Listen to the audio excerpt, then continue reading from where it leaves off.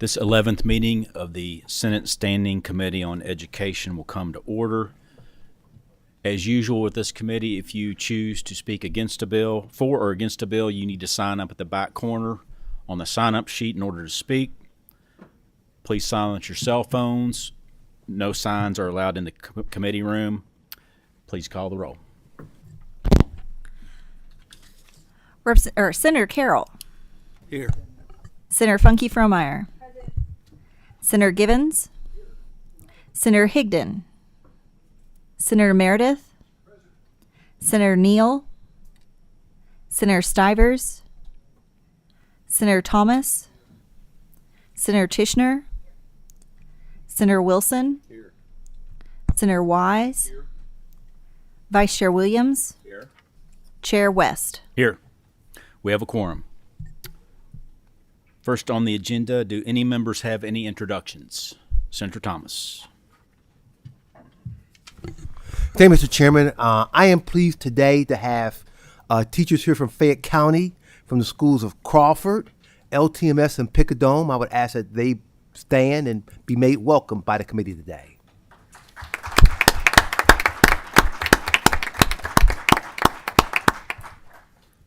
Senator Thomas, you stole my thunder. A couple of teachers weren't just in my office discussing reading. Senator Williams. I'd like to introduce my page.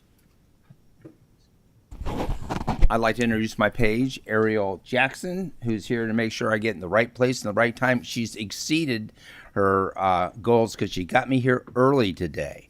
Okay, she's doing a great job. Unlike the chair. Yes, we waited on you. And I think Superintendent Baker from Walton Verona Schools may be out there somewhere, but I'd like to welcome him. Maybe he's watching Let's make remotely. these people welcome.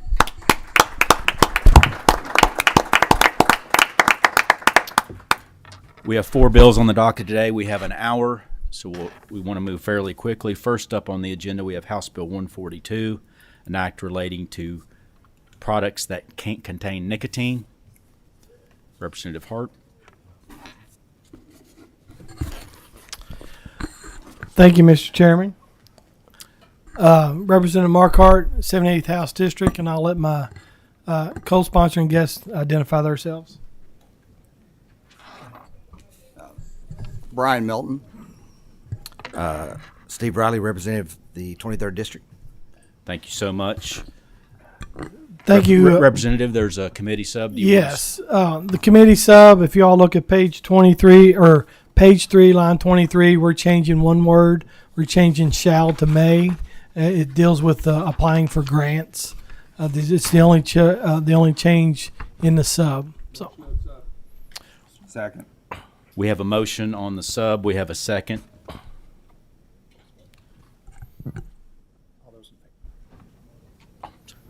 All those in favor of the sub say aye. Aye. Opposed, nay. Ayes have it. Committee sub is adopted. all right, Mr. Chair, I'm going to turn this over to Master Sergeant Milton. He's in JROTC instructor at Pendleton County High School. He's the one that's helped me. Brought this to my attention and has helped me for the last 2 years push this bill. So he's going to give you a brief overview of what we're doing. Well, good morning, ladies and gentlemen. I sincerely appreciate the committee adding this House bill to the agenda for consideration. I'm a retired Marine, and I'm one of those Marines that continues to embrace the core values and revered leadership principles that are hallmarks of the organization. One of those leadership principles that I've held near and dear to my heart is know your Marines and look out for their welfare. Upon retiring from the Marine Corps and entering the educator arena, I have simply replaced Marines with students and staff. Know your students and staff and look out for their welfare. Throughout my tenure as an educator, I've witnessed the rise in popularity of vaping. It's grown and it continues to consume our students and student population. I've seen firsthand students struggling with addiction, falling victim to peer pressure, and being lured into the advertising and enticing flavors of vaping market. The current law that we have places the burden of regulating policies on our school districts. This fosters an environment of unbalanced strategies and consequences for violations that are ambiguous with checks and balances. House Bill 142 gives school districts clear guidance and a way forward. This provides a solid foundation for districts to build upon. These reporting requirements are notable. This sets a precedent for other states to follow. Kentucky will be a state to emulate. As far as I know, we will be the first state to require annual reoccurring data collections. This data can be used for intervention, treatment, prevention programs, and much more. It will help us to discover information to support future decision making. This bill takes the lead and sets a precedent for combating the vaping epidemic. It provides a uniform policy on dealing with vape use in our schools. It gives school districts a stronger backing for implementing harsher punishments. It may be pivotal for future allocations of funding to deliver anti-vaping education and intervention treatments. This will also help toughen up and fight the challenges of addiction and focus on bringing down the addiction rates. Ladies and gentlemen, just like with Marine Corps leadership principles, we know our students and educators, and this bill looks out for their welfare. I make an honest plea with you this morning to approve this bill on behalf of the great people of our Commonwealth. Thank you. As a retired high school administrator, and I retired 9 years ago, I noticed that smoking had decreased substantially in high schools by the time that I had finished. And we felt pretty good about that.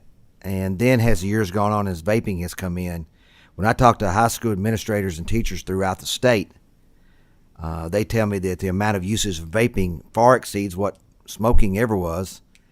And also that I never remember going to the hospital to check on a student because of smoking cigarettes.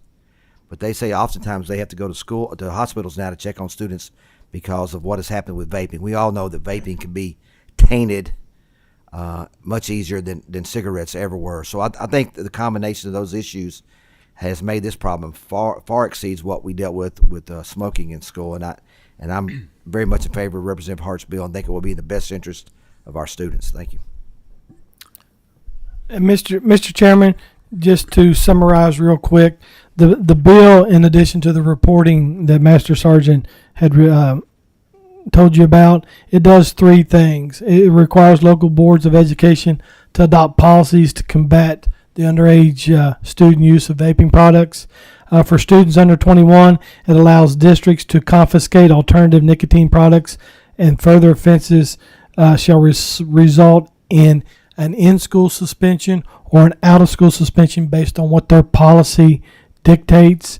And it also gives school districts, they can choose to add additive punitive actions such as some type of educational process or something in lieu of suspensions in total. So it basically puts a little teeth in it for the school districts, but it allows them to follow their policies in combating this. Thank you so much. Excellent presentation. We're going to take a brief pause before we get into questions. We have Mrs. Christensen from the American Heart Association on the list. There wasn't a bill number, but I'm assuming this is the bill you want to speak on. If you want to come forward, if one of you guys could just make, you don't have to leave, but if one of you could make a little space. You got about 2 or 3 minutes in this segment. The floor is yours. Please proceed. Turn your mic on there. Green button. Oh, there we go. There you go. I'm Ashley Christensen. I'm with the American Heart Association. And first of all, I want to commend Representative Hart and Riley for bringing forth some great provisions in this bill. There really are. The data collection and the education are fantastic. The one thing that we want to mention is that we can all agree that sales of nicotine products and tobacco products to kids are completely out of control here in Kentucky. If we want to legislate school district policy, we have to make sure we get it right. And we have to make sure that what we're implementing is actually going to work. Something that the Heart Association concentrates on is our work and policy recommendations are based on a century's worth of research. And so what I bring to you in policy recommendations are not willy-nilly. It's based on research and numbers. So what we do know is that youth have been long targeted by tobacco and vape industries. We know that the packaging, the marketing, the scholarships that are offered, I mean, the list goes on and on. Youth have been targeted. We know that the levels of nicotine in these products are getting increasingly higher, therefore addicting kids quicker and quicker. We also know that we can't punish our way out of addiction. I come from a criminal justice background, and so I've been an attorney for crime victims for a long time, and so my initial reaction is, yes, punishment works. But what we know through research and data is that it doesn't always. And so I think we have to take a really hard look at how we want to work this and what's going to actually make an impact. What the American Heart Association recommends is that suspension and time away from instructional time is not the answer. But based on evidence and studies, our solution is, based on what we're considering here during this session, is twofold. First, a meaningful enforcement of Tobacco 21 laws. Entities are not supposed to be selling these products to kids. So those laws are great, but if they're not enforced, there's no point in having them. So we need to enforce those sales laws. The second piece is providing cessation and quitting supports for kids. These kids are getting quickly addicted, and punishing them is just simply not going to solve this issue. I encourage the committee to take into account what we know will work. Thank you. Thank you so much. If Representative Riley would come back up, we're going to open this up briefly for questions. Senator Givens. First up. Chairman, thank you. And I think Representative Riley had to step out of the room. Yeah, I think he had a committee meeting Okay. to go to. But certainly let him know my appreciation, if you would, Representative Hart. Sure will, yes. For the work that the two of you have done. And it is especially prevalent in the Senate district and the House district that he and I overlap in, because Representative Riley and I share some education policy leaders that have said of all the challenges they face, vaping is the biggest. And when you have education policy leaders that are saying vaping is the biggest challenge they face, the timeliness of this, it's so well timed. So thank you for that. Quick question, and it echoes the concern that we just heard a bit there. As I look at the language, Representative Hart, you gave a great presentation on the bill. You indicated in your phrasing that in lieu of suspension, students would be provided the opportunity for evidence-based, age-appropriate nicotine education programs. I'm not certain the language says in lieu of suspension, because the shall at the bottom of page 2, the third and subsequent incidents shall result in an in-school or out-of-school suspension. So, first of all, help me understand, because I don't operate in the school space on a regular I don't operate in the school space other than the great policy work we get to do here. And I've long said the educators and staffers on the front line will have more impact on kids' lives in one day than all the work I may do. So I've got such great respect for the folks on the front line. What does suspension actually look like in a school setting? An in-school suspension, what does that look like?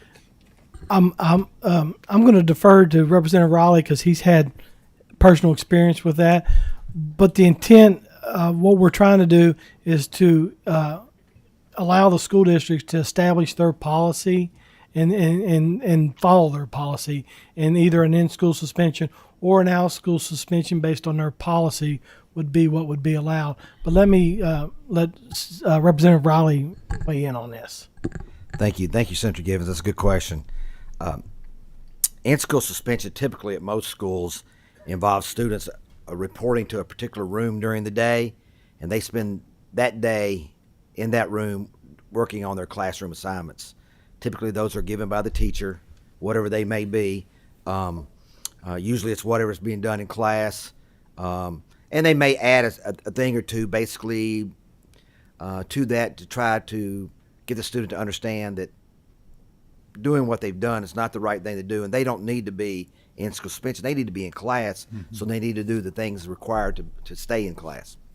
So I'm looking forward to voting for the bill and intend to vote for the bill. I don't want us to inadvertently put a burden on districts to try to do something through the word shall. I'd like to have a conversation with you after the meeting or sometime very soon about the possibility of changing that last shall to a may on line 27 on page 2. So let's talk and see. If you want to glance at it now, I'd love for you to. Honestly, I mean, I'm looking at it right now. I would be amenable to that. I mean, because it's not our overall intent and our overall goal here. It's not going to affect that. Great. So, Senator Givens, this gives the schools leeway, but I'm just telling you as a former administrator, the administrators do not want most of those students suspended. They want them to be at school. So I think 99% plus of the penalty is going to be in-school suspension, because you want the students there. You don't want them you're not going to solve anything by sending them home and letting them vape all day Right. at the Right. mall. Great I point. mean, so you're gonna want them to be Yeah, in great school point. suspension. Yeah. So both of you would be amenable to changing the shall to may? Yes, I mean we Okay, could, great. if y'all want to do a floor amendment. Okay, thank you. Senator Meredith. Thank you, Mr. Chair. And my question is on the same lines, and I'm struggling with this may versus shall, but in the original language, it says the school shall provide the opportunity for the student to complete evidence-based. I don't know what that opportunity means. It looks like that should be, will require the student to complete a program of that nature. So we're going to work on the language. I appreciate that, but that's just a concern I have. And for you, Representative Hart, particularly, is there a retroactive provision in this bill? No, there is not. I'm so glad you asked that. Thank you, sir. Inside joke, Mr. Chair. Thank you. Senator Neal. Actually, thank you, Mr. President, and thank you, Mr. President. Maybe Thank you, Mr. someday. Chairman. He's been promoted. Actually, I really appreciate the fact that you're dealing with the subject matter. My issues and concerns are consistent with the two gentlemen senators before, what they're inquiring about. What I wanted to do was thinking you do education and kids in that particular setting. I wanted to make sure that they weren't compromised in terms of their education in order to do this other thing, because you may have two losses there. But I don't know what that means really in terms of in-school suspension, or what happens the fourth time, or the fifth time, or the sixth time. So, but they're going to work on the language, so I think I'll go with that one. Thank you. Now, I'm going to jump in here, and I'm assuming your thinking on this is the out-of-school suspension.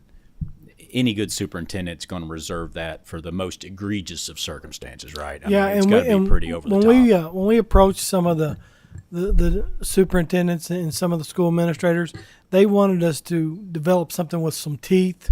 That's why it was originally put in there. But our intent is to require them to create a school policy and then follow that policy. So as far as making sure we get the language correct, I'm perfectly amenable, and we can get that together and hopefully take care of everybody's concerns. And Chair, I would say if you looked at the data, the percentage of students that are suspended have gone down substantially since all of us were in school. Because I think we understand that you're not going to learn anything when you're suspended, and it's not a good place for students to be. We need them in school. We're going to have two more questions in this segment, and then we'll be done. Senator Tishner and then Senator Williams. Okay. Thank you. I'm going to kind of swing the other side of discipline. Okay. Does this allow for a district to implement a zero tolerance policy? Yes, I mean, we don't put any stipulations on how they create their policy. So if a district wanted to do that, they could, yes. I'm of the opinion that we've been allowing a lot of things to continue in our schools unnecessarily, and that really affects other students who are there to learn. And if we aren't implementing some strong measures, I appreciate the teeth in the bill, to be quite honest. If we don't implement some stronger measures, and if we look at our OEA data, we see that expulsions, disciplines or suspensions aren't even recorded anymore. And we need to look at those numbers. They've been going down. But how does that affect other students who are there to learn? And, so I want to make sure local districts are allowed to implement stronger policies if they choose to do so. I think an underrated part of this bill is the fact that when these vapes are confiscated, you're not to give them back to parents and the students, because I think now that's been left up to the school district, and locally they can give a lot of pressure to parents and others to give those back, and now administrators can say, "Hey, I can't give it back to you. It's state law," and I think that's going to put a lot more teeth in this bill. That will be the final question in this segment. Senator Williams has pulled his question, so we have no further questions. We have before us House Bill 142. Do I see a motion on the bill? Motion, Senator Meredith. Second, Senator Funky Fromeyer. Please call the roll. Senator Carroll. Aye. Senator Funky Fromeyer. Explain my I vote. Please proceed. I am so appreciative. We've heard from quite a number of our administrators of the importance of this bill. but also that the shall becomes a may, in the opportunity to keep those kids in school, separate them from other kids. And in DeMossville, those kids get into a lot of trouble. So we'd like to keep them in school. Thank you for the work. Senator Givens, Senator Higdon, Explain my aye vote. Please proceed.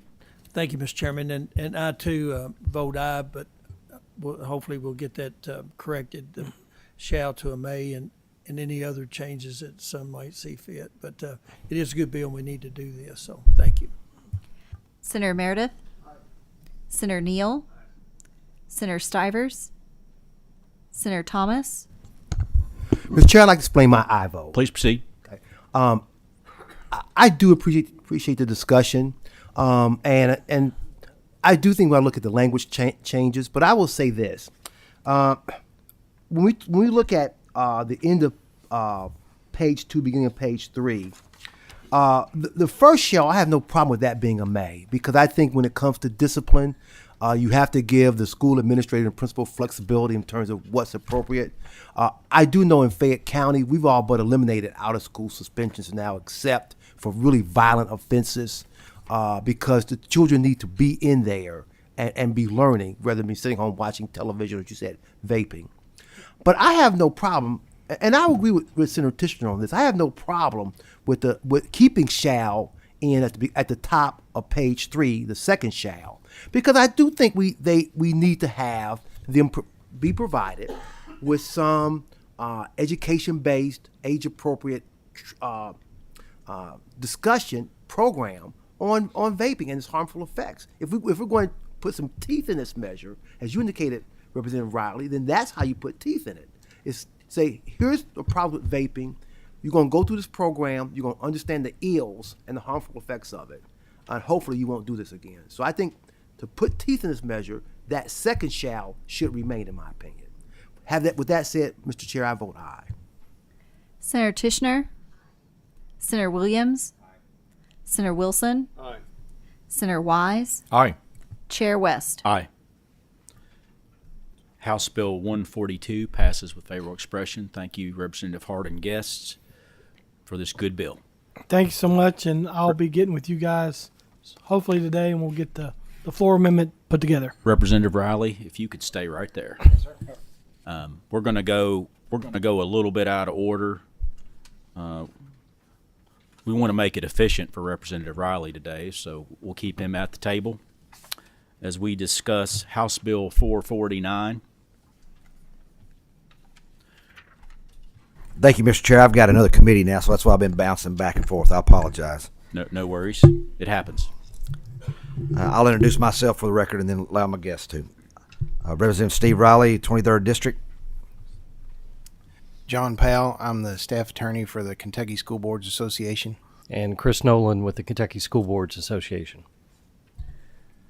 Representative, we have a committee sub. Do you want that adopted at this time? Yes, go ahead. Motion on sub. We have a motion and a second on the sub to House Bill 449. All those in favor of the sub say aye. Aye. Opposed, nay. Ayes have it. Sub on HB 449 is adopted. Okay. The floor is yours. So with the sub, this moves this bill to accomplishing two things. The first thing is, as of right now, you must have a physical evidence of a high school transcript in order to run for a school board.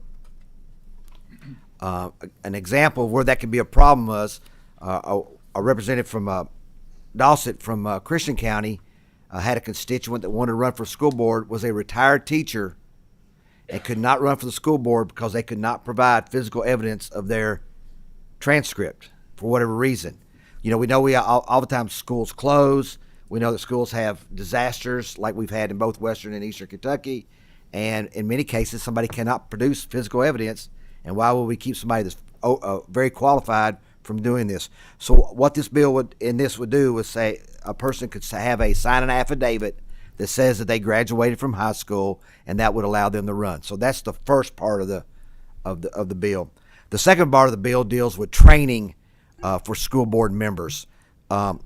Right now, they have a code where they have to train certain things. They don't have a lot of flexibility into it. Every year they must take a ethics training, and And I think we all agree with that. If we have to do it up here, the school board members need to do it too. We all have to take ethics training every year. They also are required to take training in how to hire a superintendent, finances, and then various other things. Well, as the training requirement is they have to continue to do the training that involves hiring a superintendent and doing finances to the point that almost becomes redundant, and they don't have the flexibility to do training in other areas that would help a school board member become a much more productive member of their school board. So that's basically what this bill does. Thank you. If you don't mind, we're going to keep the train moving here a little bit. Do we have any questions? Senator Tishner has a question. Representative Riley, would you be open to adding a requirement for school board members to have an hour, 2 hours, whatever, for Open Meetings Act? I think that's really important for our public officials and especially our board members in regard to transparency and making sure all of that is followed. A lot of open records requests are being put into place for our school boards, and a lot of times they don't know how to follow that. I've been told that they do this, but it's not a requirement. They do, okay. They do this, yes. Okay. Seeing no further questions on House Bill 449, is there a motion on the bill? Senator Meredith has a motion. I'll second the motion. Please call the roll.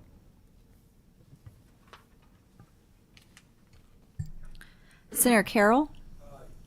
Senator Funke Fromeyer. Senator Givens. Senator Higdon. Senator Meredith. Senator Neal. Senator Stivers. Senator Thomas. Senator Tishner. Senator Williams. Senator Wilson. Senator Wise. Chair West. Aye. House Bill 449 passes with favorable expression. It passes unanimously. Is there a motion for consent? Senator Meredith has a motion for consent. Do we have a second?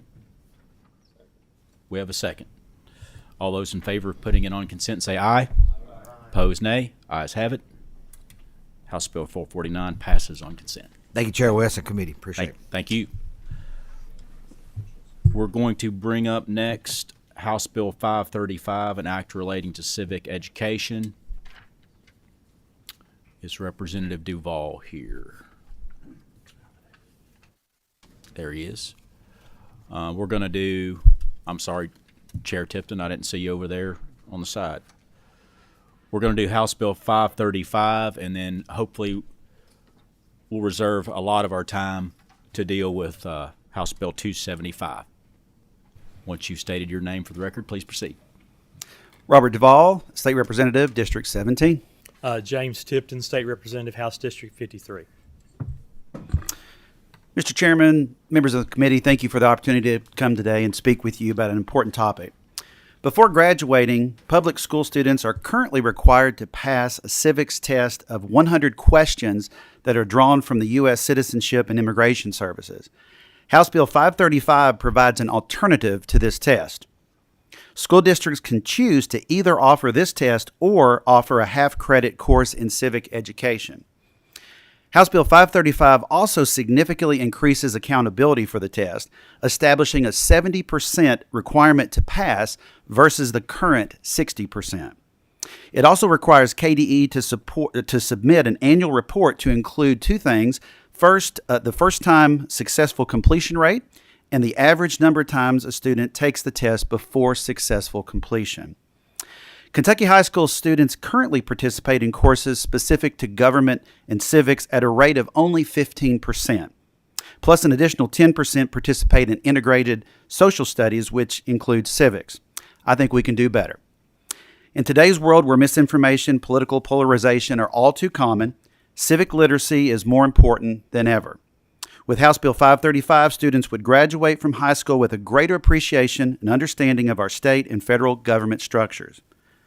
Through learning about citizens' rights and responsibilities, they will be better prepared to serve as leaders in their communities. Civically literate individuals can make informed decisions when voting, plus they can engage in constructive dialogue with others who hold different opinions. Simply put, House Bill 535 elevates civic education in Kentucky. Thank you so much. We have a couple of people signed up to speak in favor of the bill. We have Greg McNeil and Jen Scutchfield from the Secretary of State's office. You want to step forward?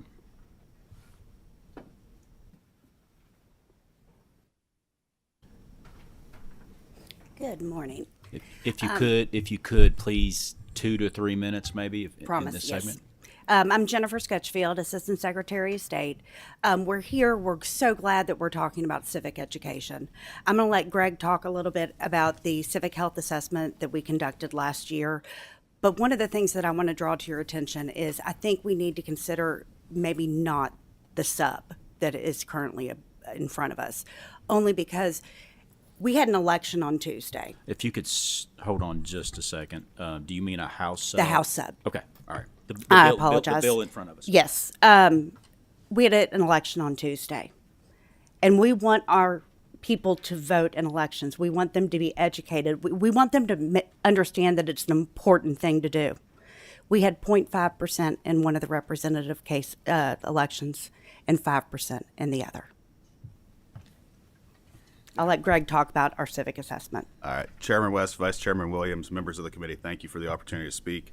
My name is Greg McNeil. I'm a senior advisor to the Secretary of State. And I'm the principal author of the Civic Health Assessment, which we released earlier this year. Our study of Kentucky's civic health noted some deficiencies in civic understanding in the Commonwealth. Specifically, we found that the cohort of voters that were most recently high school graduates performed the lowest in terms of civic knowledge. For example, 60% of recent grads could not name Kentucky's 2 federal senators. 40% could not name the 3 branches of government, let alone what they do.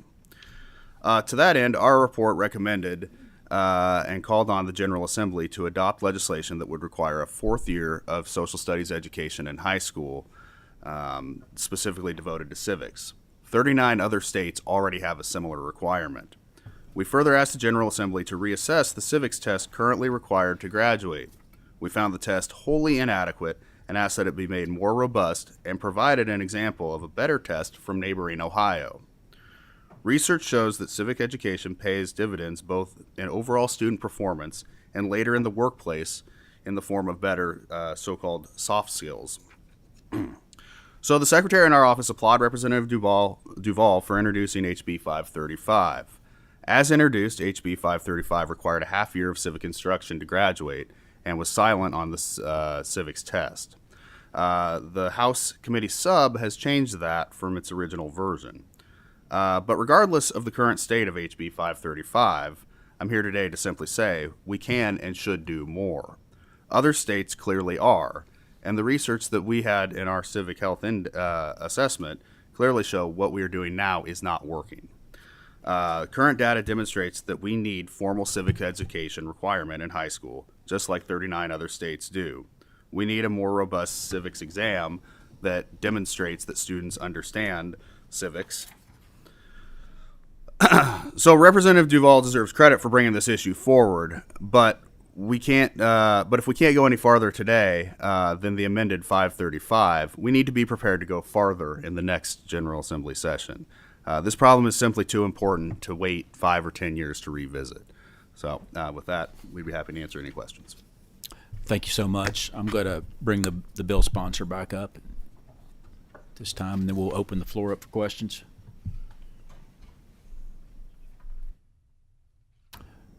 Co-Chair Tipton, I believe you have a comment. Thank you, Mr. Chairman and members. Just to reflect on the comments that were just presented, I'm the primary co-sponsor of this bill. I helped Representative Duval in the drafting of this legislation. And they are correct. It was their preferred preference, the original version of House Bill 535. There were some questions and concerns raised in the House about adding an additional graduation requirement for additional credit.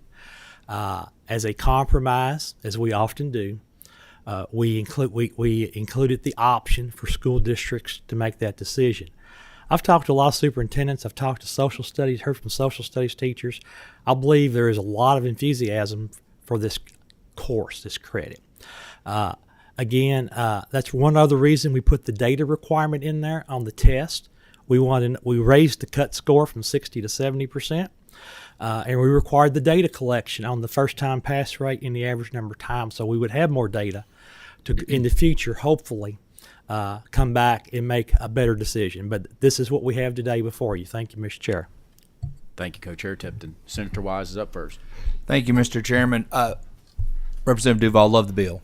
I was in Druthers in Camelsville, and then been to Camelsville, you need to stop by our Druthers. I think we got the only one left in the United States.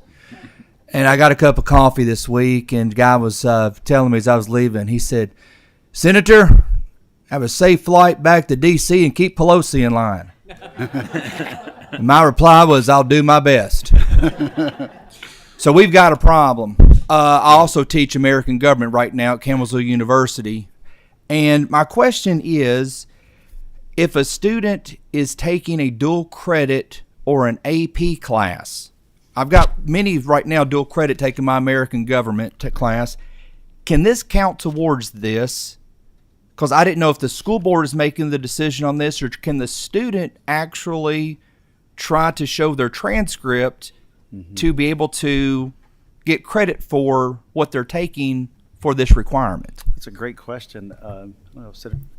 I will make an attempt at that. I'm not 100% sure, Senator.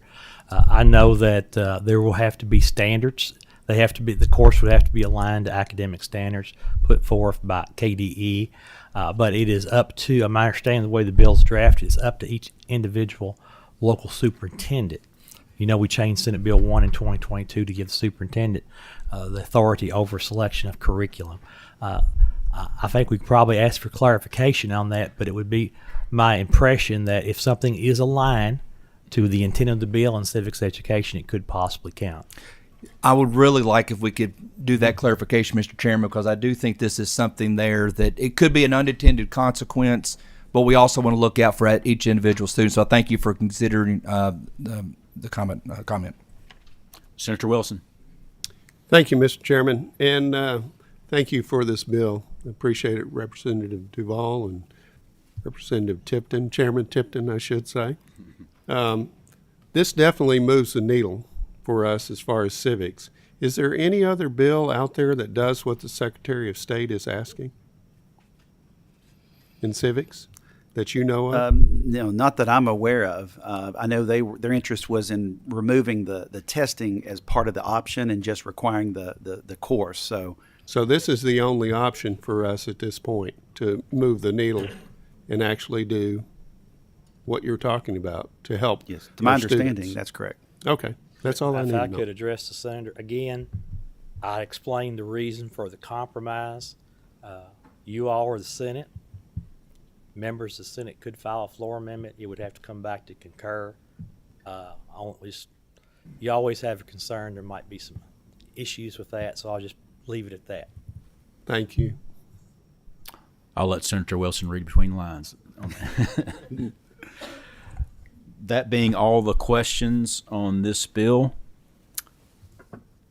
do we have a motion on House Bill 535? Senator Wilson has made a motion. Do we have a second? We have a second from Senator Carroll. Please call the roll. Senator Carroll? Aye. Senator Funke Fromeyer? Aye. Senator Givens? Senator Higdon? Senator Meredith? Explain my vote, Mr. Chair. Please proceed. Very briefly. I'm an aye. I'm also a child of the 60s. Some civics, and now we're going to do cursive writing as well. Feel like I'm going back in time. Maybe we'll do Hooked on Phonics next, but I appreciate it. Thank you. Senator Neal? Senator Stivers? Senator Thomas? Mr. Chair, I'd like to briefly explain my aye vote. Please proceed. I want to go back and reemphasize Senator Wise's point, 'cause I think he has a good point. It just goes to duplication. I mean, this is an important course. If you're taking AP American Government, you're going to learn about the principles of the United States government. You're going to learn about the Constitution of the United States. You're going to learn about the institutions of the United States government and the differences between the legislative, judicial, and executive branches. You're going to learn about political parties. You're going to learn about campaigns, U.S. Congress, domestic policy. All of that is part of AP government. So if you complete that course, you don't need the civics course. So I think Senator Wise has a point.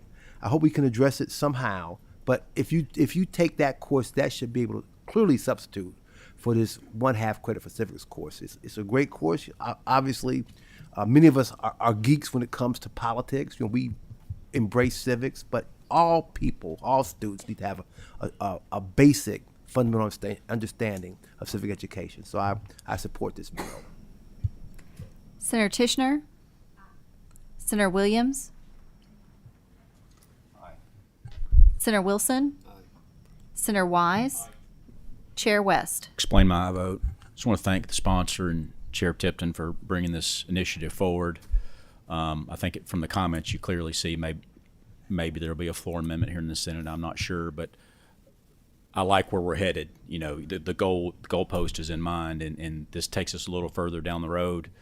I like the comments from the Secretary of State, but we'll be back here in 9 months, 10 months, so maybe we can get a little further down the road, but I think it's a great first step. Appreciate your work on the bill. I vote aye. House Bill 535 passes with favorable expression, passes unanimous. Do we have a motion for consent?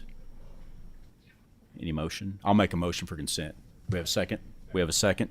All those in favor? Do you have a comment? I was just going to acknowledge that my comment is I don't want to put it on consent because I do believe that this conversation has been fruitful and valuable for our state of Kentucky to see that we value civics education and we value education. I just think it's a great opportunity to continue to declare that. So I would vote no on consent. It sounds like we've got a volunteer to carry the bill on the floor. I did let Representative Duvall know that I would. We shared that over the last couple of days because I do think this is a big deal. I'm very saddened by the lack of participation in our elections, as our Assistant Secretary of State said. Jenny, thank you for declaring that today, because I do feel very sad about that and would love to represent your good work. Thanks. I will retract my motion for consent. House Bill 535 passes with favorable expression. Thank you. Next up, we have House Bill 275. Chair Tipton, an act relating to misconduct in schools and school-sponsored activities.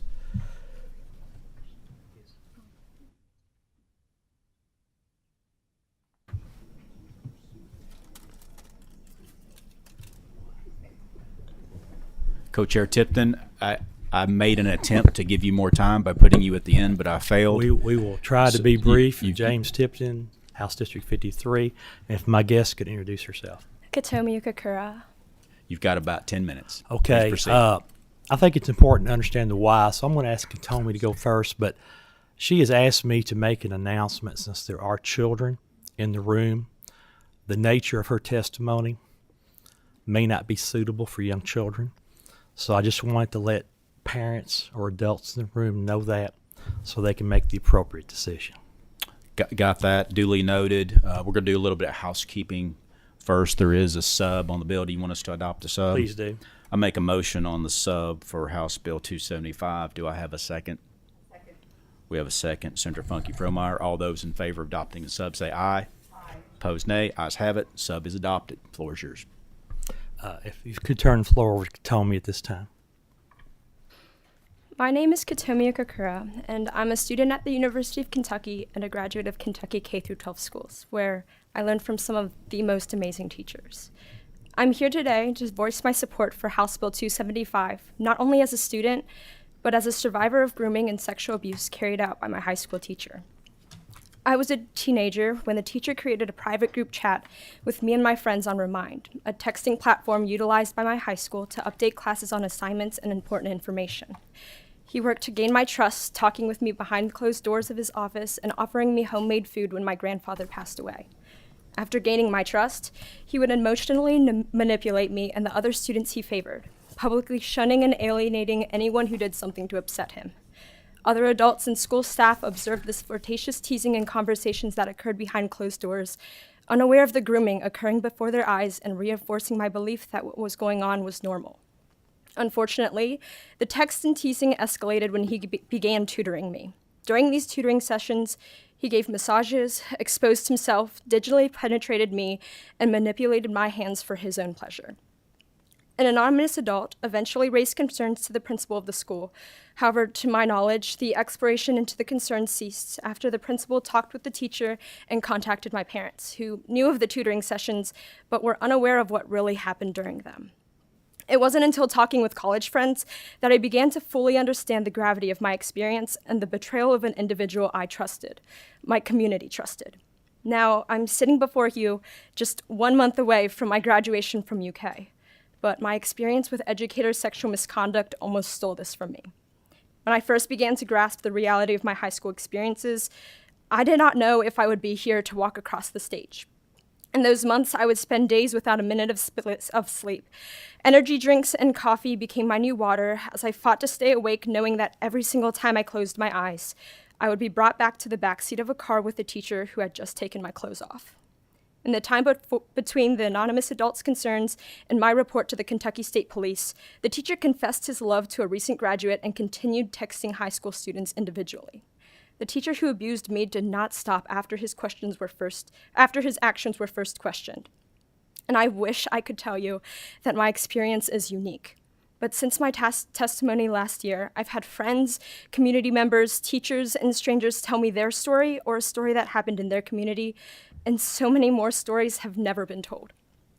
I was not the first person to experience educator sexual misconduct in Kentucky, and I am not the last. This bill is important because it can help prevent these teachers from being able to continue abusing students. And I want to thank you for letting me speak today, and I hope you vote in favor of this bill to show our students, our kids, that as a state, we care about protecting them from sexual misconduct in their schools. Mr. Chair, I want to thank Tommy for her courage, for coming and sharing her testimony and her story today. She voluntarily approached me last year after hearing about the filing of House Bill 288 last year and testified in the House Education again this year. And I appreciate her being here today. And I want to begin by saying, members of the committee, that 99.9% of our teachers and school employees across the Commonwealth of Kentucky, we're not talking about them. But unfortunately, we have some bad actors who are in society, who are in our school system. And that's why I believe that House Bill 275 is so important. The purpose of this is to try to address and prevent these situations from happening in the future. I will briefly talk about a couple of high points. I know you're short on time and there may be questions, Mr. Chair. One of the important things is it is a requirement that two different sections here addresses public school district, public charter school. It also addresses certified non-public schools are not allowed to enter into a non-disclosure agreement with somebody who, an employee, a teacher who is accused and in the process of an allegation and investigation from this. I think one of the other key components of this legislation is that when an allegation is made and an investigation is started, we have seen a pattern of those teachers or employees just saying, I'm going to resign and leave the school district. Unfortunately, it shouldn't happen, but I think in too many cases, the school district says, well, we don't have to worry about this. So they drop the investigation. This would require all school districts to complete investigations to completion, regardless of whether that teacher or employee stayed employed in that school district. When I presented House Bill 288 last year, one of the concerns that was raised in the original bill, it cited that all information would stay in an employee's permanent record. In the bill, as it was filed in the House, if you look at Section 6, there is language that states that if this employee, through this investigation, is found to be not guilty, all that information would be removed from their permanent record. I can go into a lot of detail here, but I'll be more open to entertain any questions members of the committee may have. Before we get into any questions, as chair of this committee, and I think all members feel the same way, I also want to thank Tommy for her testimony today and the courage to step forward and brief us and about her personal experiences. First up, we have Senator Tishner. Thank you, Representative Tipton. I know you've worked on this for a long time, and I just want to reiterate, this is not directed towards the majority of our teachers, but we have to ensure that our students are safe and protected from the small number of teachers that may prey on our students. And I'm so sorry that this is your story. I would ask, I've met with another victim, and she's been very effective in writing policy in other states regarding this issue because of her story. And one of the things that was important to her, and I would ask if possible, in your definition of abusive conduct, can we define in more detail sexual misconduct? Because I think a lot of times, as we have seen in horrible news stories and hearing from your story, there are gray areas where a student could indeed be in the process of being groomed, yet we don't have a definition around that. And therefore, there's some nuance, and decisions are made to maybe move the teacher temporarily, or just ignore the allegations, or discipline mildly, which opens the door for continued predatory behavior. So that would just be my ask, if there's a way we could define that in the bill. Prior to the bill coming before the Senate, there was a lot of conversation between my education staff policy analyst and Chair West policy analyst, and talking about this very issue and this deficit. So they went back and forth on this a lot. I will point out there is a reference to another KRS statute, KRS 620. .030 that references to those situations. Always we're open to try and make this legislation the best that we can, so we're open to any continued conversation on that, Senator. Seeing no further, Senator Gibbons, I think, may have a question. Chairman, thank you. A very brief question. To clarify something I think to be the case, we've used the phrase teacher a lot throughout the conversation.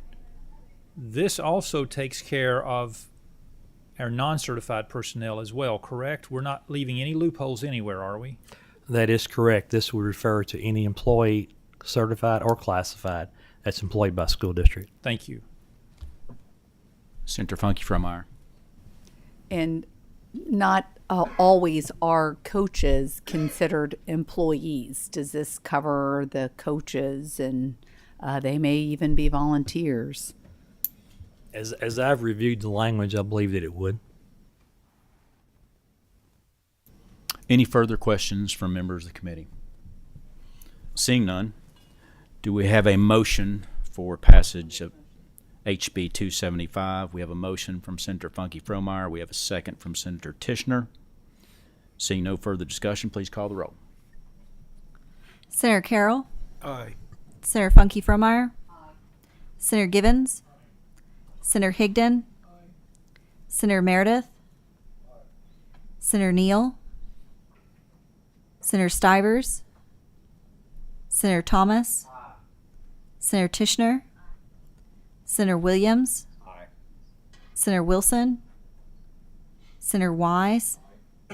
Chair West. Aye. House Bill 275 passes with favorable expression. If you could hang tight, we do have a title amendment. Is there a motion for approval of the title amendment? We have a motion. Do we have a second? Second. We have a second. All those in favor of the title amendment say aye. Opposed, nay. Ayes have it. Title amendment is adopted. Thank you, Co-Chair Tipton and guests. Is this eligible for consent, or do you want to talk about it on the floor? This is eligible for consent. I'm open to members of the committee, their opinion on whether or not it should go on consent. I think Senator Tishner is shaking her head. You may have another volunteer to carry it on the floor. We'll see. Absolutely. But this will stay off of consent at this time. Absolutely. Thank you. Thank you, Mr. Chair and members of the committee. Anyone having further business to come before this committee? Seeing none, this meeting's adjourned.